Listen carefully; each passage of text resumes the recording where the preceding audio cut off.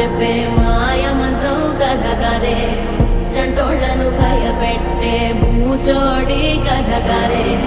తాత ముత్తాతమ్మల భూతాల కథ కదే, విక్రమాదిత్యుడు చెప్పిన వేదాళుడి కథ కదే, దీపము నుండి దెయ్యం వచ్చే అల్లావుద్దీన్ కథ కాదే, ఇది ముడత చర్మం ముసలి చెప్పే కథ లాంటి నిజమే.